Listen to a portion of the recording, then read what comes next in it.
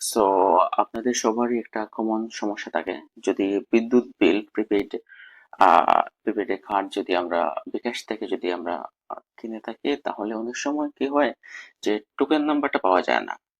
So এতে আপনাদের অফিসে অনেক সময় আশা লাগে। সো যারা অ্যাপ থেকে আহ, বিকাশের মাধ্যমে বিদ্যুৎ বিল কিনবেন, তারা কিন্তু এই অ্যাপের মাধ্যমে কিন্তু আপনার টোকেনটা খুঁজে পেতে পারেন।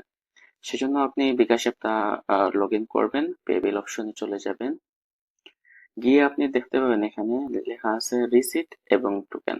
এখানে ক্লিক করবেন।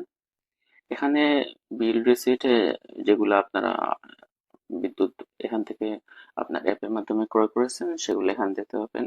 অথবা আপনি এখানে প্রিপেড টোকেনে গেলেই আপনি আপনার মিটার নাম্বারটা দিলেই এখানে মধ্যে আপনি আপনার এই যে টোকনটা পান নাই সেটা আপনি এখানে পেয়ে যাবেন।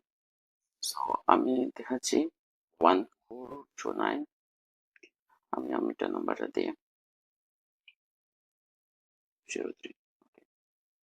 সো এটা দিয়ে যখন আপনি ক্লিক করবেন রাইট এরোতে, তখন আপনি পেয়ে যাবেন যে আপনি লাস্ট কার্ডের যে কপিটা আছে এখান থেকে কপি করে আপনি ঢোকাতে পারেন, বা এখানে যে 20 ডিজিটের যে নাম্বারটা দেওয়া আছে সেটার মাধ্যমে আপনি কার্ডটা রিচার্জ করতে পারবেন।